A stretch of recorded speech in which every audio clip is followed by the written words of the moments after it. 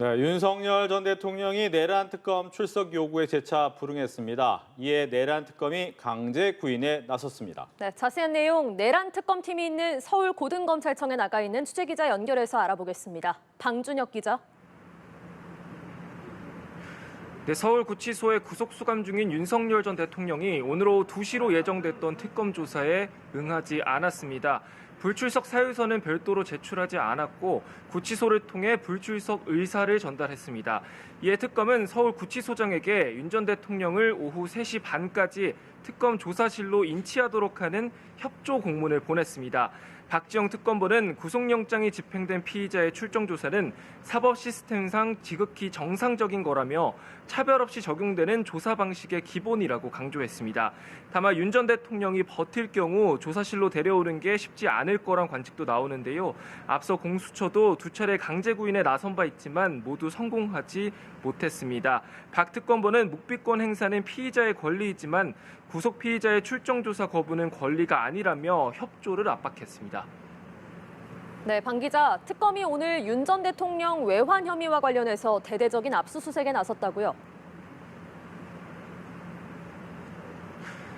네, 특검은 오늘 오전 국방부 등 군 관련 시설 24곳을 상대로 압수수색을 진행하고 있습니다. 이른바 윤 전 대통령의 외환 혐의와 관련해 강제 수사에 착수한 겁니다.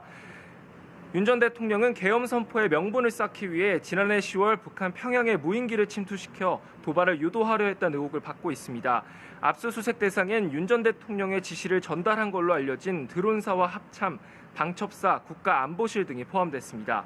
경기도 소재 김용대 드론작전사령관 자택과 무인기 침투 작전을 수행한 곳으로 지목된 인천과 경기도의 무인기 부대도 포함된 걸로 전해졌습니다. 특검은 이번 압수수색을 통해 무인기 침투 지시 관련 자료를 확보하는 한편 군의 조직적인 은폐 움직임이 있었는지도 살필 걸로 보입니다.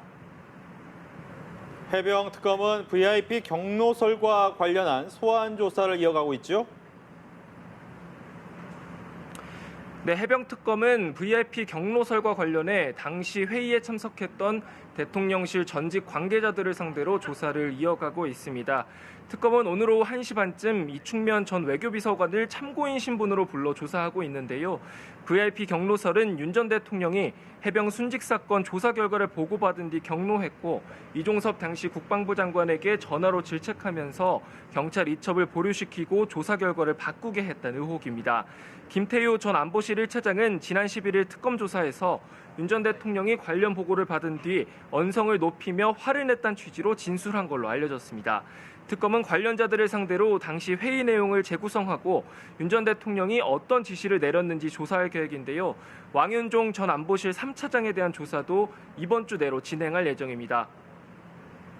네, 김건희 특검도 대대적인 압수수색에 나섰죠. 어떤 내용입니까? 네, 양평 고속도로 특혜 의혹을 수사 중인 김건희 특검은 오늘 오전 국토부 등 10여 곳을 상대로 압수수색에 나섰습니다. 압수물 대상엔 고속도로 건설 사업과 관련한 계약서와 노선도 회의록 등이 적시된 걸로 알려졌습니다. 국토부 장관실도 압수수색 대상에 포함됐는데 특검은 원희룡 전 국토부 장관과 양평군수였던 김성규 의원이 포함된 건 아니라고 설명했습니다. 특검은 삼부토건 주가 조작 의혹과 관련해선 오늘 핵심 피의자들에 대한 구속영장을 청구할 예정입니다. 이른바 집사게이트와 관련해선 사모펀드에 거액을 투자한 기관과 회사를 상대로 소환 조사를 진행하겠다고 했습니다. 특검은 한국증권금융과 HS효성, 카카오 모빌리티, 키움증권 측에 소환을 통보하고 관련 절차를 진행하고 있습니다. 지금까지 서울고등검찰청에서 연합뉴스TV 방준혁입니다.